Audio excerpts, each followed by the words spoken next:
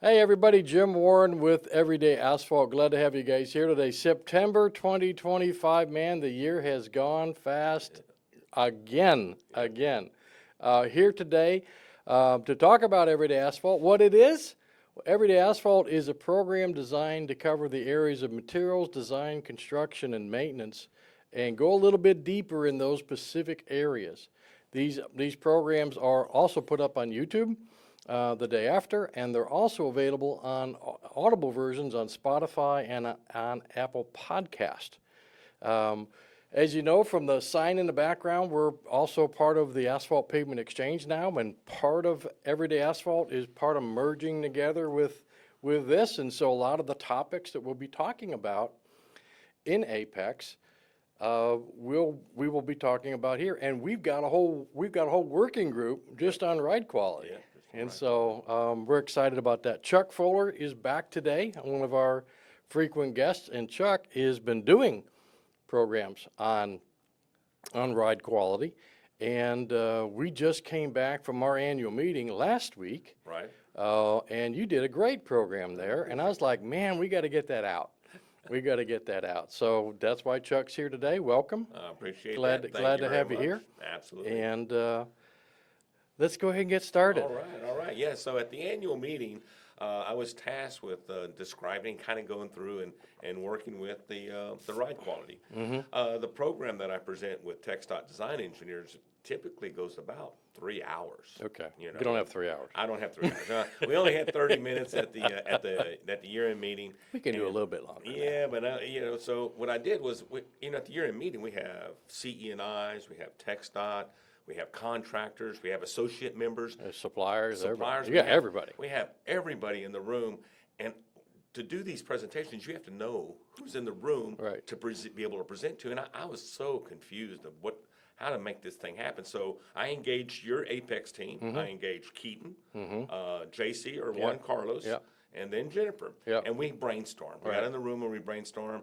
and they came up with the fact that it says, well, why don't we concentrate on one thing, and that would be what's in it for me. Okay. So we have contractors, TxDOT, CEIs, and we're going to concentrate, and maybe just out of 30 minutes, what can each one of these individuals get out of the program? I just want them to get one thing out of the program. Hey, so if everybody gets one thing out of every program to go through, we're moving in the right direction. Exactly right. So Keaton was very, very helpful in bringing this forward. Your Apex team was really good about brainstorming this idea, thought process. Okay. So I got all my TxDOT people out there in the audience. So I said, hey, TxDOT, what's in it for me?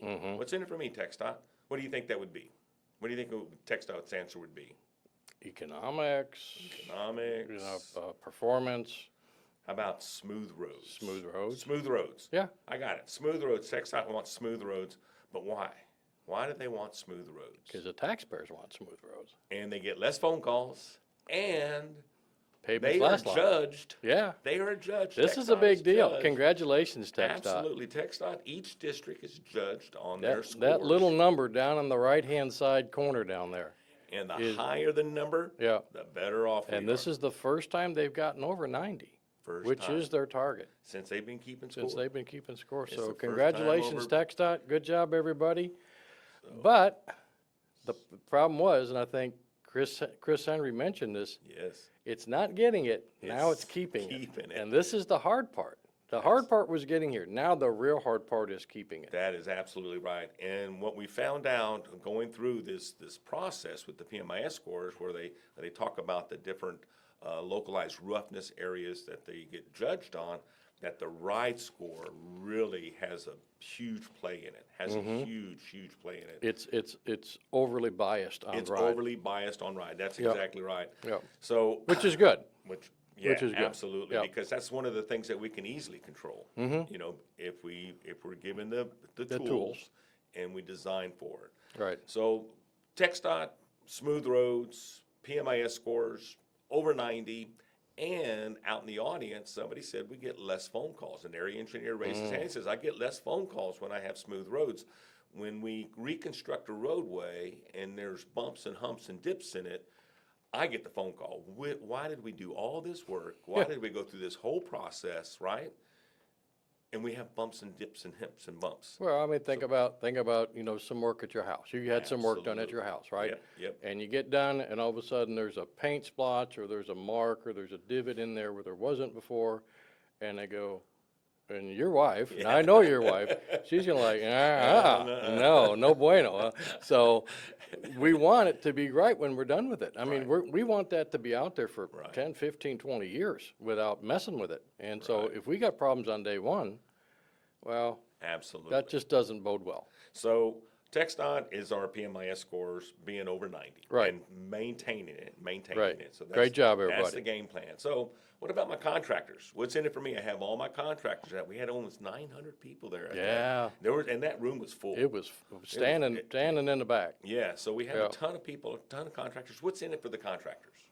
Well, there's a ride bonus. Absolutely. So we have the bonus. Contractors want to be able to provide TxDOT with smooth roads to achieve that bonus amount. They want that opportunity to do that at bid time. Right. At bid time. They want to know what they're getting into. They want to know what they're getting into. They want to know what schedule it is. They want to know that they have the tools to be able to provide TxDOT with what TxDOT's expectations are. Sure. So contractors can do it. Contractors can do it when given the tools and the expectation of what we're trying to achieve. Correct. So if we can design this for that in mind and provide the tools, contractors can do the work. Yep. So contractors, they're in it for the bonus. They're in it for the bonus, but they want that to be. They also want to see a good job. Yeah, absolutely. They want it to I be. was out on a job last night talking to some of the workers, and I said, "Hey, this ride's good." And he kind of popped up, and he wasn't a super. He was just a roller guy or a roller hand or somebody, one of your buddies. Hell yeah. And they're proud of what they do. And so, hey, when it gets done, they're gonna drive it, you're gonna drive it, we're all gonna drive it, and we're gonna go, man, that's a nice That's job. a nice job. Yeah, So that's always, I think that's, everybody's got that little pride element. Absolutely. Yeah. So what about my CEIs? What's in it for me? What's my CEIs? You got the engineers, and then you also have inspection side. You got design side. CEIs. What do you think's in it for them? Repeat business.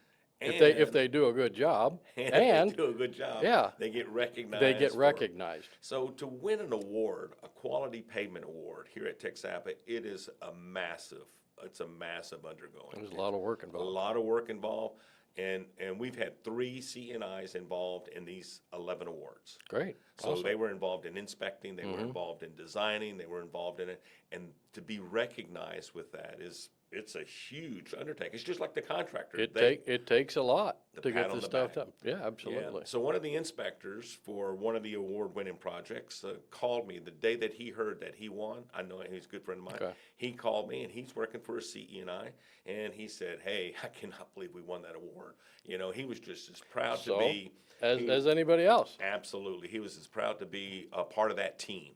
People like to be recognized. They love to be recognized, and well worth it. Absolutely. I mean, again, These are not easy to win. No, we had 78, 79 nominations, and we have 11 award winners that took a process of almost 5 months of evaluation through 2 rounds of evaluations. It's tough to get to this place. Yeah. It's tough to get here. So if you want an award, congratulations. Absolutely, and we have multiple award winners, right? Yeah. So the Amarillo District, got a shout out to those guys. Those guys did a really bang-up job, one of the best jobs. I was the second round evaluator on one of them. The smoothest, bestest project ever, but then when you go back and look, they were given the tools to be able to provide that. So they had the opportunity. They designed that to be an award-winning project. So hats off to them. Yep. But that's what the CNIs are all about. Sure. They're all about, being part of a team. Yeah. Being part of the team. Absolutely. So with that being said, when I was talking to Keaton and to Juan Carlos and to Jennifer, your team, great team, I figured out that for me to be able to get to the point of what is in it for me, we all had to be on the same page about definitions. We had to be on the same page. It's huge. It's huge. And the way that TxDOT works with all these acronyms and all these different things, it's a big deal. I said, okay, here's what we're going to do. We're going to talk about definitions. And Good. We're going to talk about, almost everybody knows that IRI stands for International Roughness Index, but how is it measured? Inches per mile. Now, here's the All deal. right. I'm gonna grab my stick. Yeah, your stick, your big stick. Yours. Can you see that? I don't know if you Make can sure you can see it in there. Okay, see it over there? Okay. All right. Your big stick shows up here 65 inches. 60 to 65 inches. That's good. That's the blanking band for a Schedule 1 ride. That's right. Right. That's So that's acceptable. acceptable. That's good. TxDOT says, hey, we're good with that. So that's 65 inches A vertical deviation and a mile of pavement. and 1 mile of pavement. Yeah. If you think about that, that is huge. That's little stuff. It's big Little stuff. Big stuff. But it's a mile. It's a mile, but So, still, I that's mean, a big, that's you can get it this much at a time, or you That's- can get it at this much at a time. that is huge when you start thinking about 65 But it's still not a bad ride. It's not a bad ride. No. I know. It's I acceptable. get it, It's average. but I want to be down here. Yeah. Yeah, when you get down in the 50s and the 40s, particularly somewhere, for me, somewhere in that 45 range and below, then you're kind of going, oh. Yeah. And if you get under 40, get down to 30, you go, whoa. Yeah.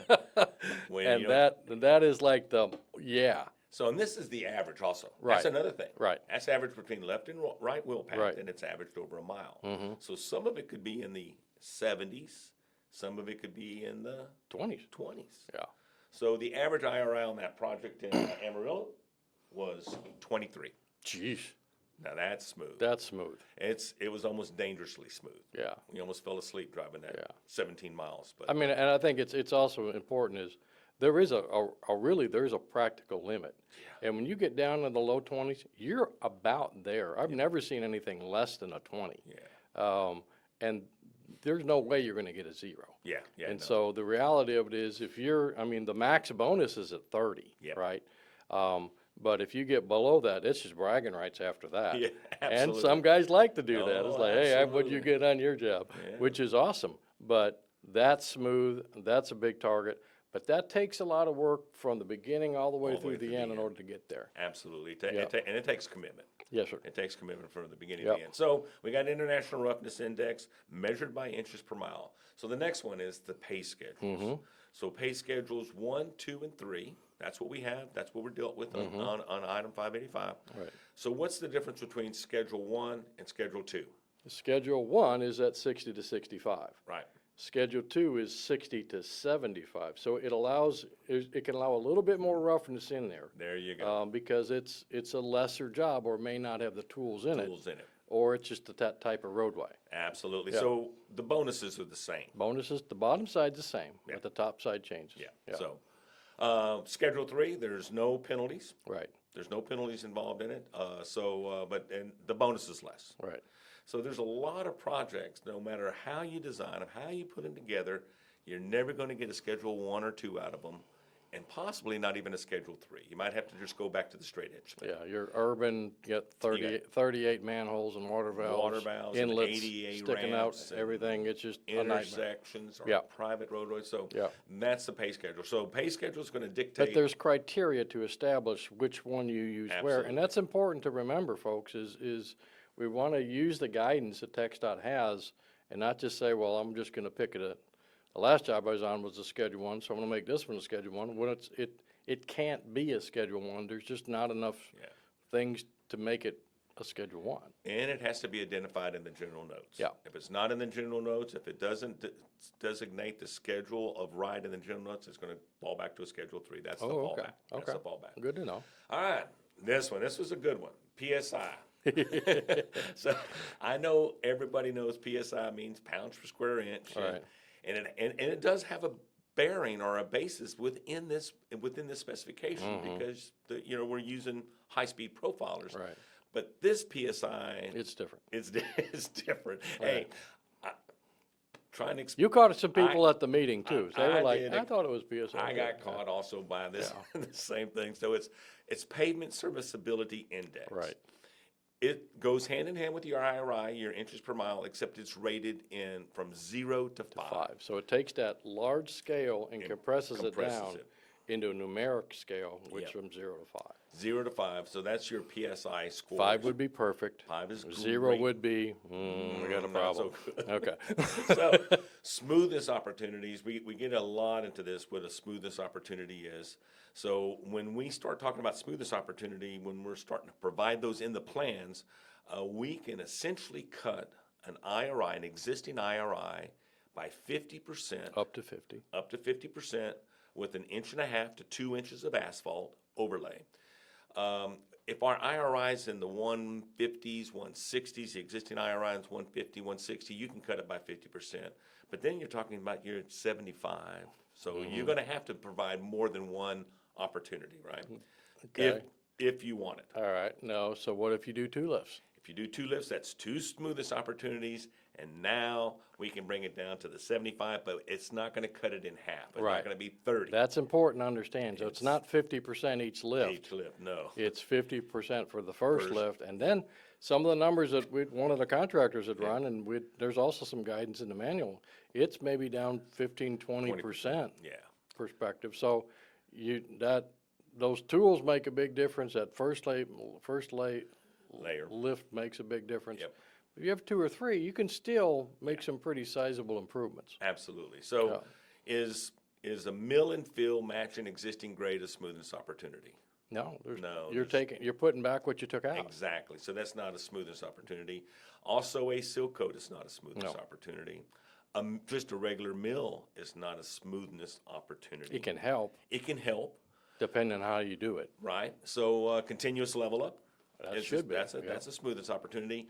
When we do hot in place and put a surface mix on top that's 1.5 or more, that's 2 opportunities. Okay. That's 2 opportunities. So you should be able to get your IRI pretty close to what you're shooting for. Okay.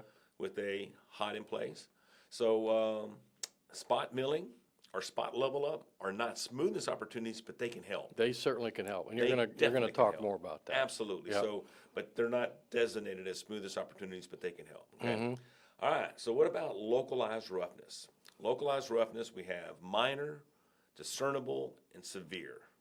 And the reason that we have 3 is because we're going to deal with them in different methodologies. Okay. Deal with them All right. differently. Good. So if we have a minor localized roughness, you can see the chatter. That could be caused by crack fill material. Oh, okay. It can be caused by crack fill material. In Too other much crack sealing on the words, surface. too much crack filling, you overbound it, Overband. it. Right. Yeah, so Got it. overband it.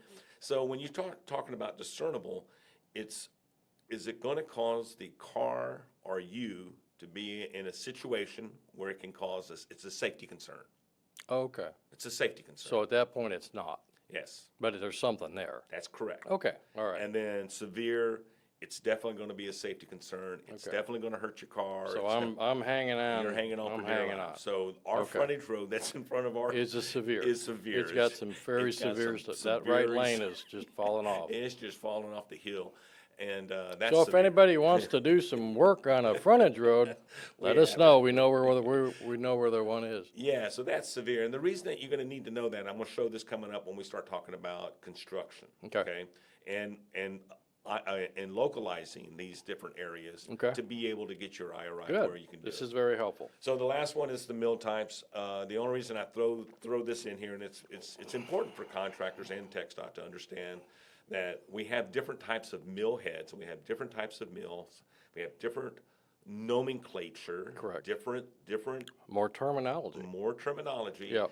And what I want to do with the mill type is decide that there's a regular mill, there's a profile mill, and then there's a diamond grind. Mm-hmm. You know, diamond grind's used specifically for bumps, and it's a special piece of equipment and It's an expensive piece of very expensive. If we're going to call the profile mill, it's another different type of head than a regular mill. Just wanted to throw this out here that the milling machines today are different than they were just a few years ago. We have some milling machines that can do almost anything you want. So when we get into the construction part about this, a couple of minutes, we're going to talk about mill types and mill heads and mills and the way that we can get these things to be able to help us get where we need to get to. That's exactly Okay. right.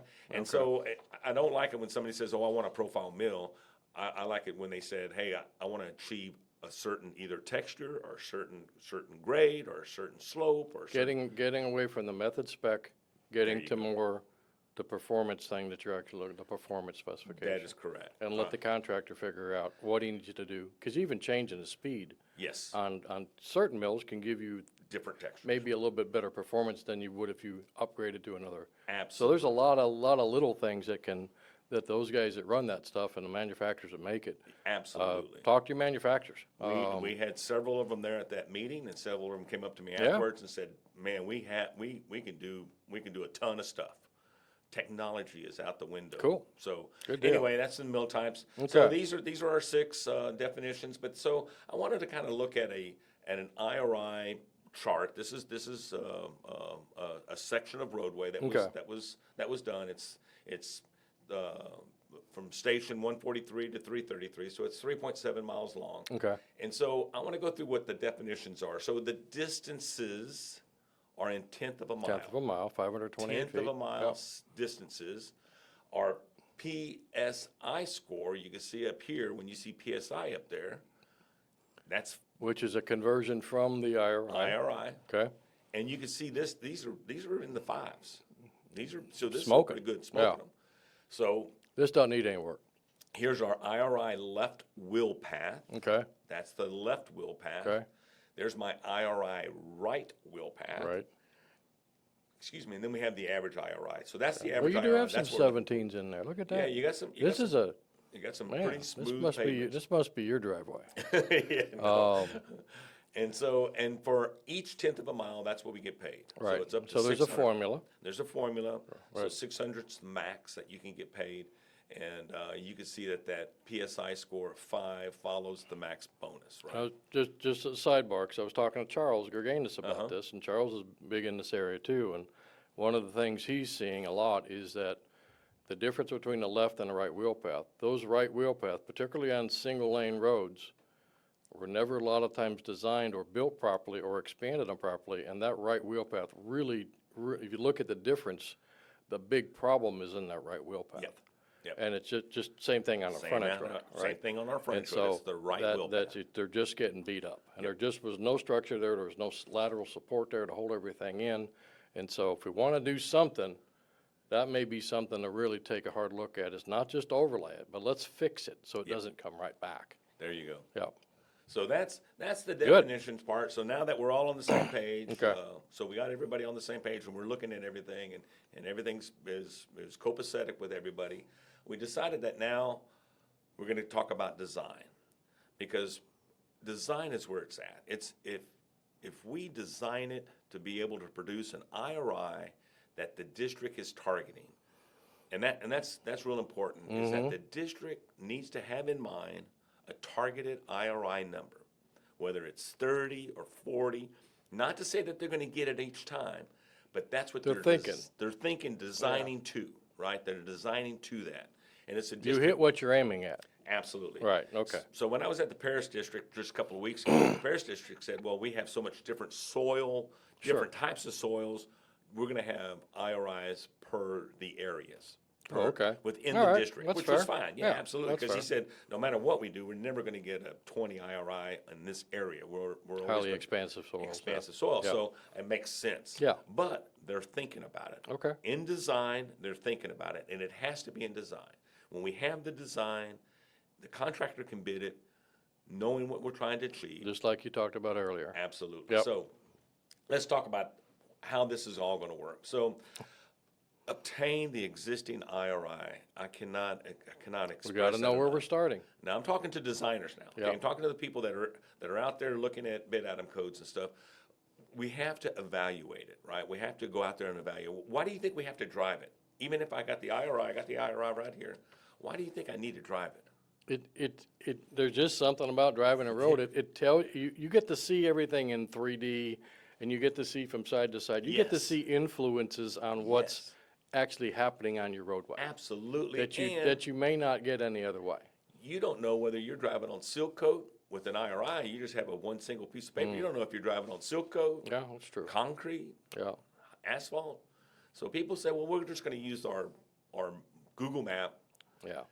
Don't Google map. Don't Google design. I say go out there, do it like you and Glenn or you and Lacey did. Yeah. Go out there and identify the right surface that you're on.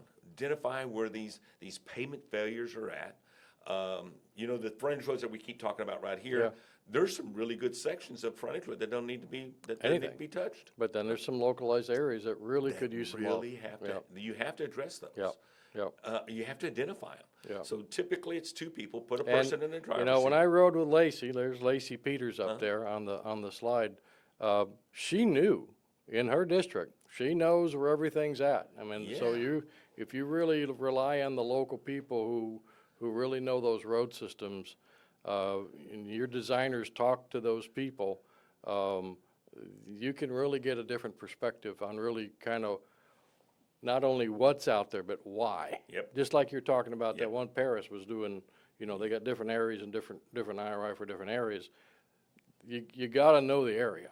So, if, you know, fortunately, if you're a designer coming in, if you're a consultant designer coming in from another area, coming into a new area, you really kind of need to go do some homework to figure out what's really local, because it may be very different than what you're used to in your area. And by the way, we're talking about overlays here, okay? Yeah. Reconstruction overlays. Yeah.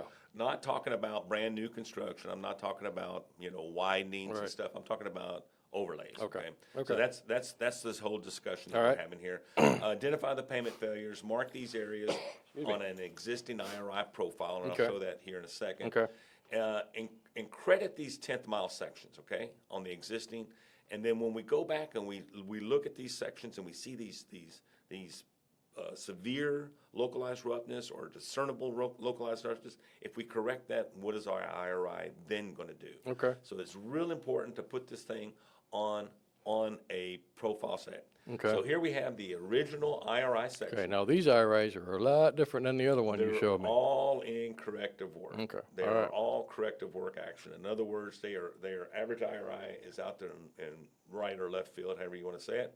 But if you look at these numbers, if you look at the individual numbers within a 10th mile, we can identify There's some big ones. three Yeah. that are really going to create Yeah. some havoc with my roadway. Okay. And there's my Apex tire running on some really rough pavement, okay? I mean, you can see it going. And so I'm just going to look at these three areas, a 192, 194, and a 157. And by the way, the average IRI for this 2.1 mile roadway is 144. 144. Okay. 144. So you're gonna fix these and see what it does. I'm going to fix these things, give them half. Okay. I'm going to give Do them the half. 50%. So Okay. if I go through there and I do the corrective work and I give them half, it brings my now average IRI down to 100. Wow, that's a big difference. And now you can Just see for 3 sections. just those three sections. Now you can see my Apex tire running Much better. much better. Okay. Now, if I just decide that my average IRI for that project is 50, I can cut that 100 in half Okay. to 50. Okay. With And an now inch and a got half a, to now 2 got, inch now overlay. got a decent And ride. now we got a decent ride. Okay. Now the thing is the district happy with the 50? Because if the district is not happy with the 50, we need to Go identify. back in here and iterate. And that's exactly right. Go Right. back in there and iterate and get that one that's 175, that's just above that one that's above there. Yeah. Or maybe take that last section there where there's, you know, it's 144, 133, 135, 90. Just take out that whole section Just take out that whole section. and fix the whole thing. So here's my profile sheet, right? Okay. And I drove it. I got my existing IRI. I got my red IRI corrective work. Right. And if you look at the last section, if you look at this last section where On it's the got- bottom there? on the bottom, Bottom there, right? Okay. on the bottom right, All those areas stacked up. if I take out all those areas, where's my IRI now going to be? So you just got to go back and calculate that out. And once Okay. you calculate that out, you can see that you can get that into the 40s, 40s probably. or the 50s. Okay. I mean, I'm sorry, 40s or below. Okay. So if my district-wide IRI number that I'm targeting is 40, I'm going to have to do that. But go back, I mean, even looking at that, oh, no, Yep. go back to the other one. There one, on there, where all that blue is stacked up together. Why not? Where are you gonna figure out where you, I'm out there trying to mark it out, and I'm like, well, this is just as bad as that. Where do I, we might as well just like put the paint mark on either end and take it all out. And I'm going to show the Honestly, paint mark when coming okay, up. go But ahead, But go no, ahead. that's exactly right. Okay, But you can't see that until you mark it out, until you put that on physically that get profile. out there. Until you I remember when we did an everyday asphalt on this same kind of concept with Glenn a while back. Yep. And we actually drove the road, and Yeah. you can, once you do that, then you can go, you can start to see where stuff is, and Yes. sometimes it's like, it just makes sense to say, hey, let's just take this out whole that whole section section. out. Absolutely. Okay. No, and that's exactly what you have to do. So as a designer, I'm tasked with that, right? Mm-hmm. And I know we have a budget. Sure, I know we got the budget. but I don't want to be back. Yeah, absolutely. And not only do I want to be back, I want to do this all at one time. That's another thing. There- We're going to talk a little bit about Okay, that in good. construction coming up. Good. But you get the process that we're I got it. working through, and hopefully, So we those out look there. at our data, take the worst first, iterate that out, see if that's gonna get us down to close to where we want to, and then go write it, That's it. and then overlay it again, and just say, hey, well, maybe if we take out a few more spots, Yeah. we can really refine it and make the construction sequence easier Easier. in the process, and we're overall gonna get a better deal, and it's not, and honestly, if I've gotta fix 32 individual spots Yep. versus, 20 bigger spots, you're probably gonna get a better price. Absolutely. Yeah. Well, you'll definitely get it anytime that the designers identify these areas and place them in the plans and/or, give a description of what they're trying to achieve. Right. The contractor it's going to take the guesswork out of the contractor. Anytime we have anything that's subsidiary, anytime that we're guessing of what we're going to do, it's going to add cost to the bid. Right. And so you're going to get more competitive bids. You're going to get a better pricing. The more And you'll get a better job. upfront work you do as a designer, the better pricing you're There going to you get, go. the better job you're going to get. All right. And then your 90 stays 90 longer. Longer. Absolutely. Absolutely. All right, go absolutely. ahead. So let's talk about construction. Okay. Yep. So we have construction tools available to us. You can see there we have the milling machine, and then we also have the level up, and then we have the 2-inch overlay. Okay. I wanted to talk a little bit. I hit on this a little bit before on the milling machine. The milling heads are different. There's different mill heads. There's different milling types. Number of wraps, number of teeth on the Number head, of teeth, the distance between the teeth, Right. and all that. There's All a that. ton of stuff going on. a lot of technology there. But if we talk about ridge to valley depth, the RVD, and that's up on the left-hand side, what I would like to see, and this is over and over again, is to be able to open it to traffic after milling. Amen. Whether after we I can, mill, yeah. if we can, we need Yeah. to try to open it up to traffic so that the traffic can get And get it clean. clean. Yeah. And I'm not talking about opening the whole roadway up. I'm talking about like a 3-day. So typically, some of these things are at night. Most of them are at night. You start Sunday night, you go to Thursday night. So Sunday night you mill, Monday night you mill, Tuesday night you mill. Then you bring in your paving and pave Wednesday and Thursday, or Tuesday, Wednesday, and Thursday. Give them at least a day ahead. A day ahead to 2 days ahead, Yeah. to where the traffic can knock the dust off of it. The thing about it is you're going to get better adhesion. That's the main thing. You're Yeah. going to get better adhesion. A lot less joints A too. lot less joints. You're going to be able to have continuous pave. When we're milling and filling in the same shift, the chances of you doing continuous pave go way down. Yeah, I think your production level gets, I think it's like almost 40 to 50% reduction. Absolutely, it is. When you add in that whole additional sequence into a 6 or 8 hour shift, you're gonna take 2 hours in doing that, and then you gotta sweep it, and then you gotta tack it, and the tack's gotta break, and heck, you're only paving for 3 hours a night, and as opposed to paving for 7 or 8 hours a night. You can get a lot more production done. Absolutely. And I think you're gonna get a much better job. And you'll get a better ride. Yeah, I mean, oh, you're gonna absolutely. get a better ride Absolutely. overall doing this way. So Absolutely. So instead of dictating the mill head, dictate the ridge to valley depth. Anything less than 7 millimeter, 0.25, which is 6 millimeters, right? Yeah. But anyway, anything less than 7 millimeters, Okay. put it in the general nose, and then let the contractor figure out Gotta get there. how to get there, right? I want to slow the milling machine down. I'm going to use a specialized head, whatever I want to do. Yep. But again, to me, when we talked about this the other day, is when a milling machine's going fast, it's going to leave you kind of a chevron shaped or a V-shaped pattern on the roadway. When you get that machine down or you change the heads out, those lines go from this to this. Yep. And from like trafficking and motorcycles and all that sort of stuff, you want the straight lines. And you can do it a variety of ways. Yep. But that it also lowers that depth, that ridge to valley depth you're talking about. And so it gets things kind of lined up.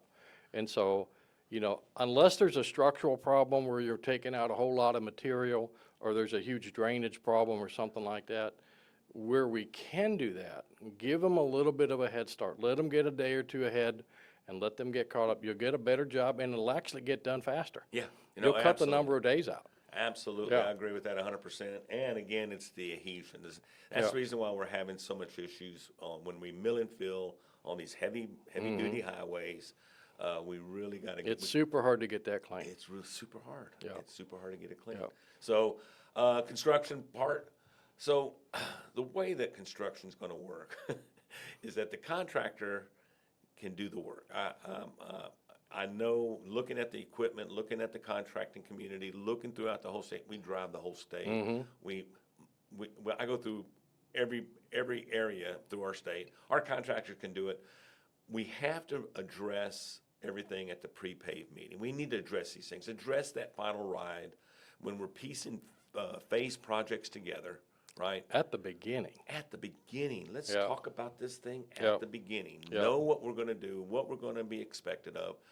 I get it. Sometimes, you know, we're not allowed to do that. Sometimes you have to build things in little quarter sections, and sometimes you have to come over here and do that. I get it. But as much as possible, address that final ride when we're having these projects that have multiple phases, multiple deal. Good. Discuss the different ride schedules for the different type of roadways. Yeah, I've By seen the that. way, we can have more than one ride schedule on a roadway. And we don't want 22 ride schedules. No, but you can have a We ride don't want it schedule changing every 100 feet, on the so. main lanes. You Yeah. you can have a schedule 1, and on the frontage roads where you have inlets Yeah. and you have cross traffic and you have manholes and water valves, it could be a schedule 3 or straight edge. Using good judgment, Using good judgment. Yeah. Now, here's the thing. but don't go overboard. Talk about this at the pre-pave meeting. Don't say, "Oh, we'll just wait and see what we can See get what we can get. later on." How many times have you heard that? A million, Yeah. and every single time it's never worked. Yeah. Try to do the final surface all at once, at the end, Yes. all at once. Absolutely. Let's don't build the southbound lane and put the surface on it, then build the northbound lane, and then, you know, again, Then do the final then have surface. to restripe it or something like that, yeah. And then know the IRI before construction starts. So I got my design engineer who has the existing IRI. Yep. They rode the project. They did their homework. They figured out the discernible areas and the severe areas, and they gave us the tools to correct those. And then they put the plans on the shelves, and it doesn't bid for a year or 6 months or and 9 things months. happen. And things Things happen. happen, yeah. Things happen. So know that IRI before construction starts. Go out there and verify that we don't have to additional work. That's the thing. That Go makes out there, sense. Yep. Go out there and know that IRI and identify, make sure everything's copacetic before we start construction. Got it. So what we do is we have all those tools in the toolbox, and we got the bid item codes correctly done. We have some mill, we have some level up, we have some areas that we need to repair, and we go out there and we do a prep work layout sheet. And that's where we go through there and we actually physically identify on the plan profile where we're going to be at and what we're going to do. This is our plan of attack. This is our plan of attack. Okay. We're going to go out there and we're going to mark it now. Don't get me wrong. The inspector and the contractor are going to go mark it, but we have a plan of attack on a plan profile sheet. And the reason that we do this is that I want to bring the milling machine in one time. I want to bring my paver in one time. Yeah. So if I bring my milling machine in and I'm going to do my butt joints and my butt joints at the bridges or at the beginning and at the end, Yep. while my milling machine's there, I can do my pavement repairs. You know, I'm going to bring my miller in, do my pavement repairs. My machine's going to be there. I got some localized roughness. I can deal either with spot level up or with continuous level up Or even with some profile milling a little or bit. with some profile. I got building. some bumps, just kind of shave them off. Shave them off. Yeah.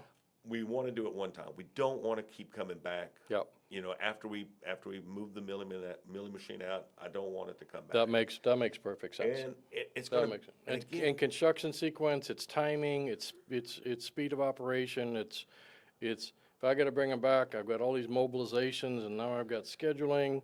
If I just get in, get it done, and get out, it's going to be a better And job. we're all in agreement. Yeah. This is the thing that we're all in agreement, that construction. But we got to plan it. You gotta plan it. You Got to gotta do plan our work and work our plan. You gotta be, and it's, and the inspector and the contractor, superintendent, foreman, whatever you wanna, they gotta be on the same page with all this. And they Got gotta it. be raising their hand and Yep. saying, hey, and if there is some issue here, in other words, it got worse over the last 6 months since we originally planned it. We can have the We conversation. can have the conversation, and then we can do different things. Right. You know, we can maybe. Come up with the best alternative solution, right? Yeah, maybe instead of putting a 2-inch overlay on their shoulder, maybe it's an inch and a half Yeah. on their shoulder, and then take that material and bring it forward to the main lanes. There's things that you can do within that budget, within that bid number, within that price. But we got to be talking to each We other. got to be talking to each other. Yeah. We got to be having Yeah. it. We might not be able to do the full 3 mile. Well, that happens. Yeah, absolutely. That it happens. You know, Okay? hey, If something is like, if the wheels have fallen off it and we got to do something different, well, let's at least get this chunk good instead of trying to spread it out and have a mediocre job, the whole thing. Let's make sure we get, what we can and make sure that's right. And then we'll try to get that on the next go round. and that has to happen through conversation. It has to happen through the communication. Yeah. Which brings me Ha! to Chuck's Daily Debrief. if there's one thing everybody gets out of this, just one thing, that is do a daily debrief. Yep. And I want my superintendent and my inspector, whether it's a CEI or TxDOT, whoever's inspecting that project, to get in the truck and drive that project before or after the shift end or before the next shift. Right, depending on timing. And Yep. depending on time. And I get it Yeah. at the end of the shift at night, Everybody's ready ready to go home. a lot of people were cleaning out the paver and we're getting prepped and everything. The inspector's not there for that. Right. But when he gets there the next morning or the next evening, just jump in the truck and let's talk about the traffic control queue. Did we have a okay queue here? Is it set up correctly? Let's talk about our longitudinal joints. Are they straight? What do we say? You can have a bad shift. I Right. get it. But you can't have a bad job. Don't have a bad job. Right. Don't have a bad job. Right. Longitudinal joint straight. Transverse Transverse. joint, however. If you and I are driving and we feel the bump, the traveling public's gonna feel the bump. Yeah, We can build transverse joints without bumps. correct.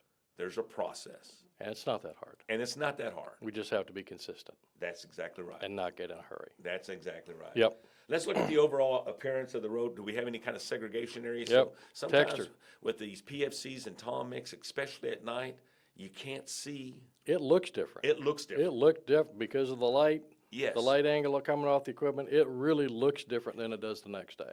And if you can identify if a dump truck is causing that, sometimes dump trucks can cause that rapid cooling, Yeah, and you start getting chunks. yeah, If you notice chunks, try to identify the chunks where they're coming from. yes, Are they coming from that particular truck?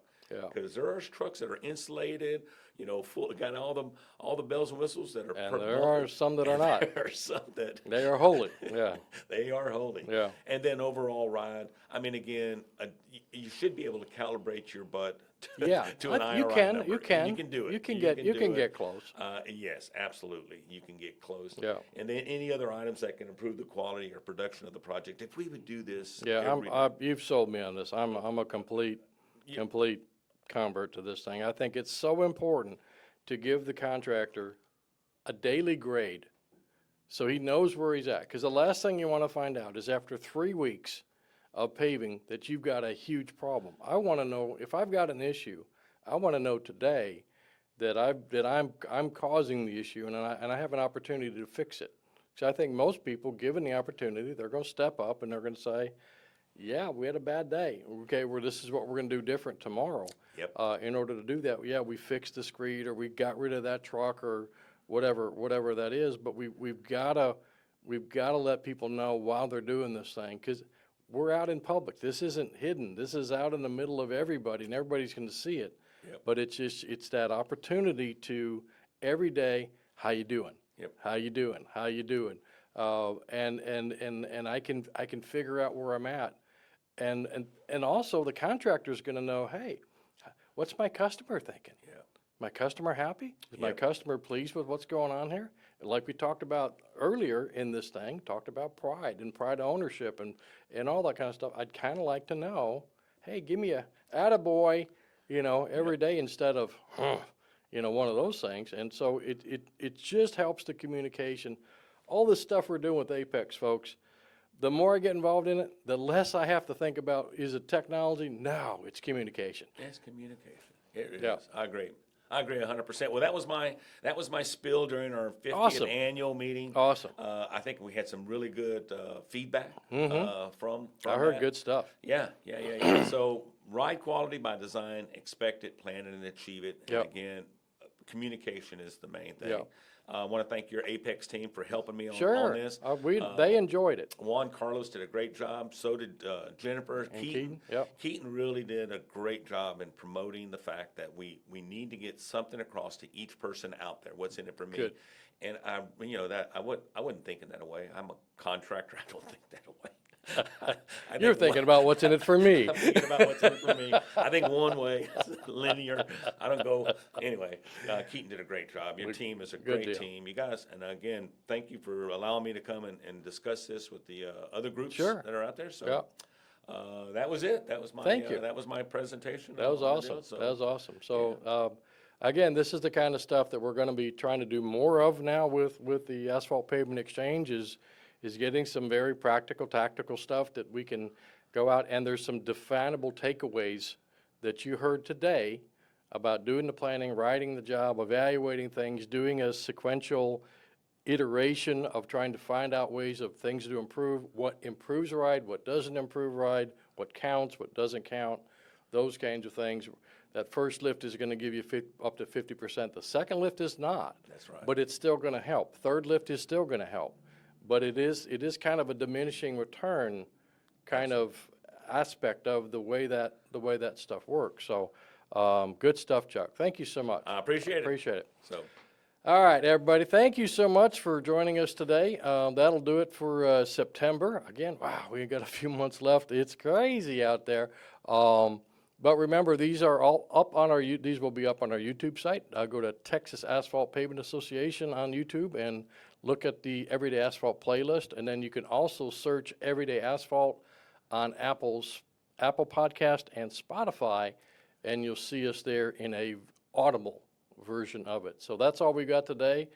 Chuck, thank you so much. Appreciate it, Jim, as always. We'll see you guys next time on Everyday Asphalt. Take care, everybody, and ever forward.